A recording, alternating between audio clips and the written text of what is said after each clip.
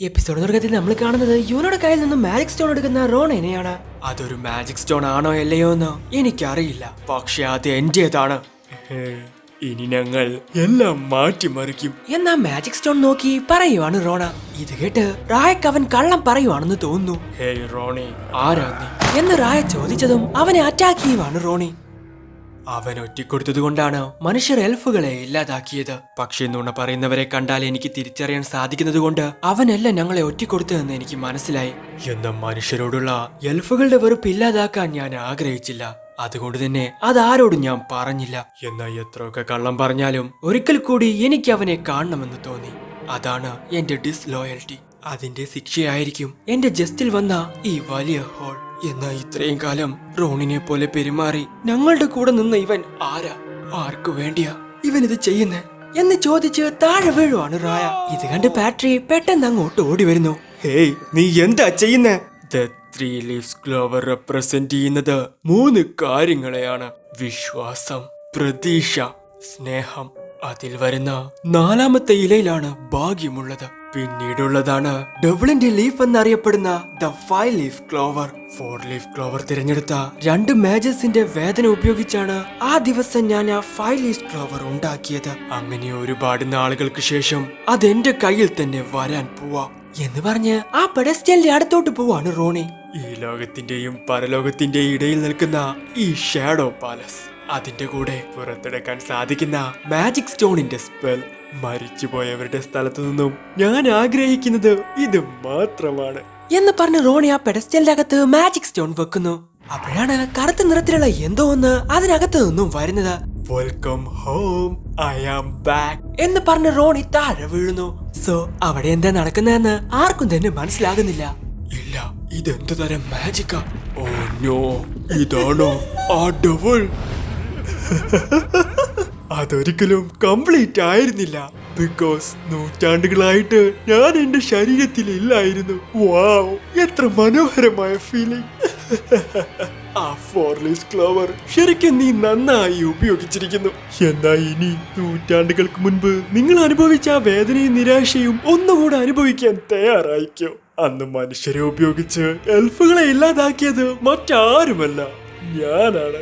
അധികാരം ആഗ്രഹിക്കുന്ന മനുഷ്യരെ കൺട്രോൾ ചെയ്യുന്നത് വളരെ സിമ്പിൾ ആയിരുന്നു.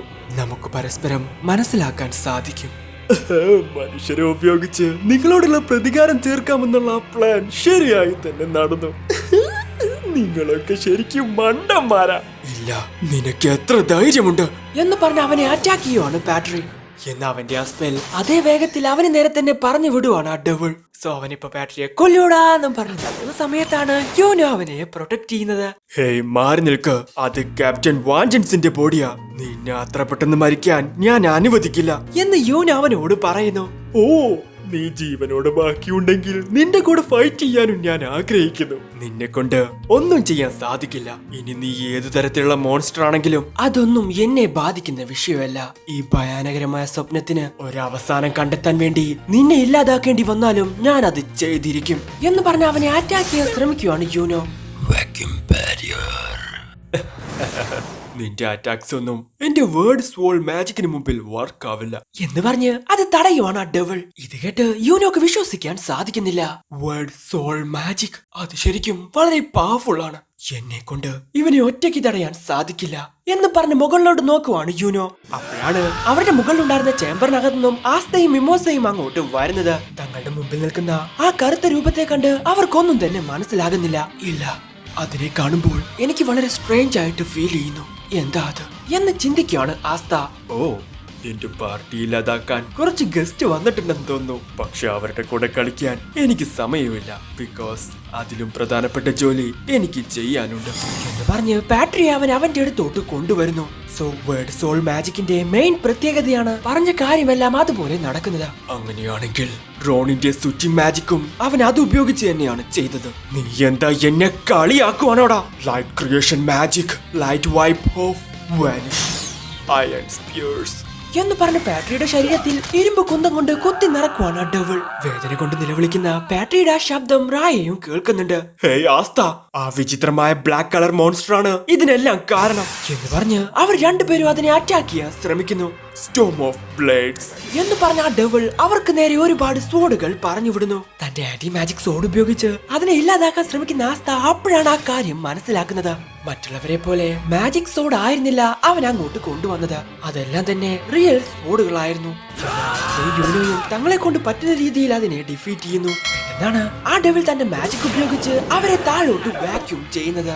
എഴുന്നേക്കാൻ സാധിക്കാത്ത അവരുടെ മുകളിലോട്ട് ആ ബിൽഡിംഗ് തന്നെ ഇടിച്ചു പൊളിച്ചിടുവാണ് ആ ഡെവിൾ. എന്റെ വഴിയിൽ തടസ്സം നിൽക്കാൻ ഞാൻ ആരെയും അനുവദിക്കില്ല എന്ന് പറഞ്ഞ അവൻ ലിച്ചിന് നേരെ പോകുന്നു. നീ ശരിക്കും ഒരു ഹീറോയാണ്. 500 വർഷങ്ങൾക്ക് മുൻപ് അവർ എന്റെ വഴിയിൽ വന്നു. ഞാൻ അടുത്തുണ്ടായിരുന്നെങ്കിലും എന്റെ റീഇൻകാർണേഷൻ ഫെയിലായി. എന്നാ പിന്നീട് ഞാൻ ലക്ഷ്യം വെച്ചത് നിന്നെയായിരുന്നു. ഒരു കുട്ടിയായിരുന്ന നിന്റെ കയ്യിലുള്ള മാന, പ്രിയപ്പെട്ടവർ മരിച്ചതിന്റെ വേദന, സങ്കടം കൊണ്ട് അവരെ ഇല്ലാതാക്കണമെന്നുള്ള ആ ദൗത്യബോധം, നിരോധിക്കപ്പെട്ട മാജിക് വേൾഡിലോട്ട് നീ ചെന്ന് ചാടാൻ അതൊക്കെ ധാരാളമായിരുന്നു.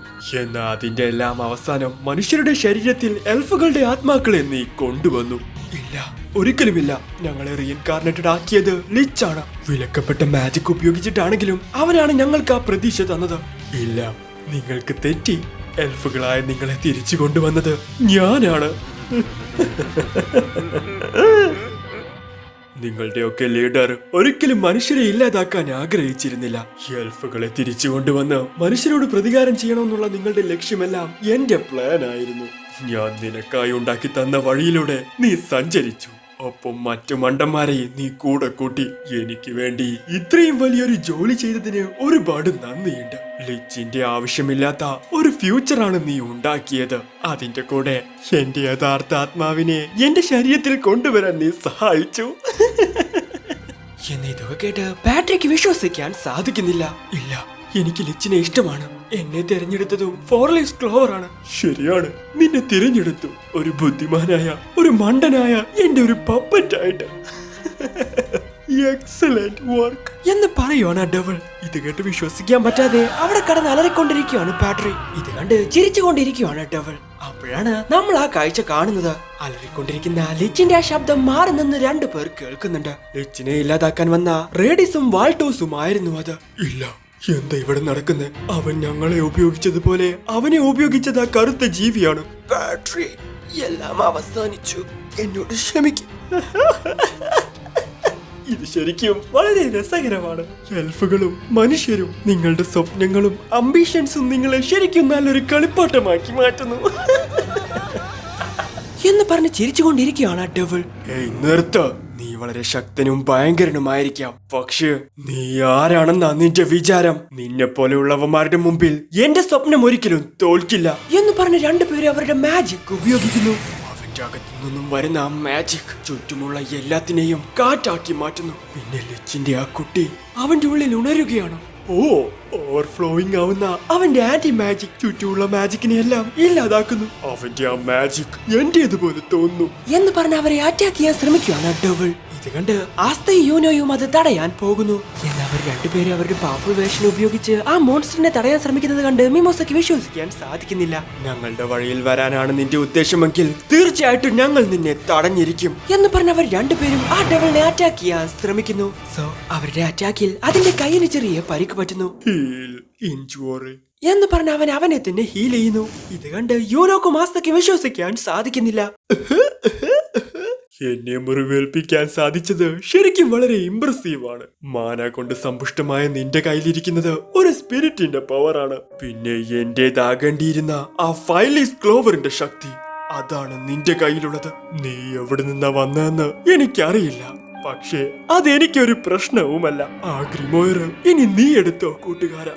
4 ലീവ്സ് ക്ലോവറിന്റെ ഉടമ ആഴത്തിലുള്ള നിരാശയിൽ മുങ്ങുമ്പോൾ അന്ധകാരത്തിൽ നിന്നും 5 ലീവ്സ് ക്ലോവർ ജനിക്കും.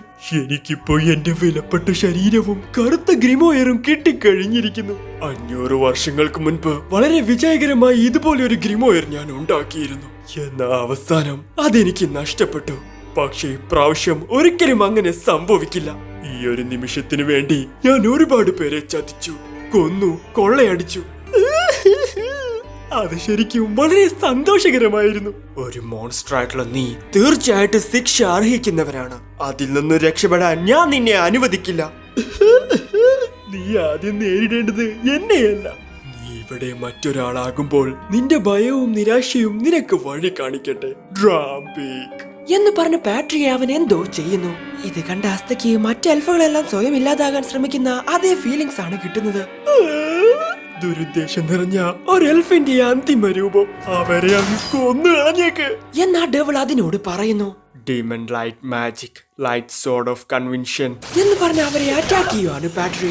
എന്നാൽ അതിൽ നിന്ന് രക്ഷപ്പെട്ട യൂനോക്ക് അത് വിശ്വസിക്കാൻ സാധിക്കുന്നില്ല. അവന്റെ ആ ബ്ലാക്ക് ലൈറ്റ് അത് വളരെയധികം ഫാസ്റ്റ് ആണ്. എന്റെ മാന സോൺ ഉപയോഗിച്ചിട്ട് പോലും അത് തടയാൻ എന്നെ കൊണ്ട് സാധിച്ചില്ല. ഹേയ് ആസ്ത, നീ ചത്തോടാ? ഇല്ലടാ മണ്ട, ഇത്രയും വലിയ ഫോഴ്സിൽ അത് ഒരുപാടെണ്ണം ഉണ്ടായിരുന്നു. ആ അറ്റാക്കിന്റെ ഭാരം ചാർട്ടിൽ നിന്നും പുറത്തായിരുന്നു. എന്റെ ആന്റി മാജിക് സോഡ് അത് തടഞ്ഞില്ലായിരുന്നെങ്കിൽ എന്റെ കാര്യത്തിൽ ഒരു തീരുമാനമായനെ. മനുഷ്യരുടെയും എൽഫുകളുടെയും ഹൈബ്രിഡ് കുട്ടിയെ വഹിക്കാൻ വിധിക്കപ്പെട്ടവനാണവൻ. മറ്റൊരു വശത്ത് ഒരു മാജിക് പവറും ഇല്ലാഞ്ഞിട്ടും ഒരു അറ്റാക്ക് ഗ്രിമോയർ കൈകാര്യം ചെയ്യാൻ കഴിയുന്നവൻ. ഇവരുടെയും അവസാനം ഈ യുദ്ധത്തിലായിരിക്കും. നീ ആരാണെന്നോ എന്തിനാ ഇവരെ സഹായിക്കുന്നതെന്നോ എനിക്കറിയില്ല. പക്ഷേ നീ ആ ശരീരം പെട്ടെന്ന് തന്നെ കൺട്രോൾ ചെയ്തില്ലെങ്കിൽ അതിനോടൊപ്പം നീയും ഇല്ലാതാകും എന്നാ ഡെവിൾ അവരെ നോക്കി ചിന്തിക്കുന്നു. ഇല്ല, എന്താ ഇവിടെ നടക്കുന്നേ? അവന്റെ അടുത്തുനിന്നും ഒരു കീയും എനിക്ക് കിട്ടുന്നില്ല. അതിന് കാരണം ഹൃദയമില്ലാത്ത ഒരു ഷെല്ല് മാത്രമാണിത്. അത് അതിന്റെ ഗ്രിമോയറിൽ കരിഞ്ഞുണങ്ങിയ ഷാഡോ സ്പെൽസ് ഉപയോഗിക്കുന്നു. കുറച്ചു നേരം നിങ്ങൾ അത് എൻജോയ് ചെയ്യൂ എന്ന് പറഞ്ഞ ഡെവിൾ എക്സിറ്റ് നോക്കി മുകളിലോട്ട് പോകുന്നു. ഹേയ്, നീ എങ്ങോട്ടാ പോകുന്നേ എന്ന് ചോദിക്കാണ് ആസ്ത. പെട്ടെന്നാണ് ആ ഡെവിളിന്റെ കൺട്രോളിലിരിക്കുന്ന പാട്രി അവനെ അറ്റാക്ക് ചെയ്യാൻ ശ്രമിക്കുന്നത്. അടികൊണ്ട് തെറിച്ചുപോയ ആസ്തയെ വീണ്ടും വീണ്ടും അവൻ അറ്റാക്ക് ചെയ്യാൻ ശ്രമിച്ചുകൊണ്ടേയിരിക്കുന്നു. അപ്പോഴാണ് യൂനോ അതിനെ തടയാൻ ശ്രമിക്കുന്നത്. ഹൃദയമില്ലാത്ത ഒരു സോംബിയെ പോലെ അത് അവനെയും അറ്റാക്ക് ചെയ്യാൻ വരുന്നു. എന്നാൽ തന്റെ വിൻഡ് മാജിക് ഉപയോഗിച്ച് അതിനെ പിടിച്ചു വെക്കുവാണ് യൂനോ. പെട്ടെന്നാണ് അതിൽ നിന്ന് രക്ഷപ്പെട്ട് പാട്രി അവന്റെ മാജിക് ഉപയോഗിച്ച് അവനെ അറ്റാക്ക് ചെയ്യാൻ ശ്രമിക്കുന്നത്. ആ ബ്ലാക്ക് ലൈറ്റ് മാജിക്കിൽ നിന്നും ഒഴിഞ്ഞു മാറിക്കൊണ്ടിരിക്കുന്ന യൂനോയെ കണ്ട് ആസ്ത അവനെ അറ്റാക്ക് ചെയ്യാൻ വരുന്നു. പക്ഷെ അവന്റെ ആന്റി മാജിക് സോഡ് ഉപയോഗിച്ചിട്ടും ആസ്തയ്ക്ക് അവനെ തടയാൻ സാധിക്കും. അപ്പോഴാണ് യൂനോ വീണ്ടും അവനെ അറ്റാക്ക് ചെയ്യാൻ ശ്രമിക്കുന്നത്. ഇത് കണ്ട് പാട്രി അവന്റെ പുറകിലൂടെ വന്ന് അവനെ അറ്റാക്ക് ചെയ്യാൻ ശ്രമിക്കുന്നു. സോ യൂനോ അതിൽ നിന്ന് രക്ഷപ്പെടാൻ ശ്രമിക്കുന്നുണ്ടെങ്കിലും പാട്രി അവനെ അടിച്ച് താഴെയിടുന്നു. മാനാ സോൺ സ്പിരിറ്റ് സ്റ്റോം എന്ന് പറഞ്ഞ് പുറകിലൂടെ അവൻ പാട്രിയെ അറ്റാക്ക് ചെയ്യുന്നു. എന്നാൽ അതിൽ നിന്ന് രക്ഷപ്പെട്ട പാട്രി തന്റെ മുമ്പിൽ നിൽക്കുന്ന ആസ്തയെ അറ്റാക്ക് ചെയ്യാൻ ശ്രമിക്കുവാണ്. ഞാനിത് അവസാനിപ്പിക്കും. ഞാനൊരു മനുഷ്യനായതുകൊണ്ട് നിങ്ങൾക്ക് എന്നോട് ക്ഷമിക്കാൻ സാധിക്കില്ല. എന്നാൽ എനിക്കും നിന്നോട് ക്ഷമിക്കാൻ സാധിക്കില്ല. പരസ്പരം മനസ്സിലാക്കാൻ നമ്മളെ കൊണ്ട് സാധിക്കണമായിരുന്നു. ദയവ് ചെയ്ത് ഞങ്ങളെ മനസ്സിലാക്കാൻ നീ ശ്രമിക്ക് എന്ന് വിളിച്ചു പറയുകയാണ് ആസ്ത. എന്ന ഹൃദയമില്ലാത്ത പാട്രി അതൊന്നും കേൾക്കുന്നില്ല. എനിക്ക് നിങ്ങളെ ഇഷ്ടമല്ല എന്ന് പറഞ്ഞ അവൻ അവന്റെ മാജിക് ഉപയോഗിക്കാൻ ആരംഭിക്കുന്നു. ഓ നോ, ആ സ്പെൽ എന്ന് പറഞ്ഞവർ രണ്ടുപേരും അവനെ തന്നെ നോക്കി നിൽക്കുന്നു.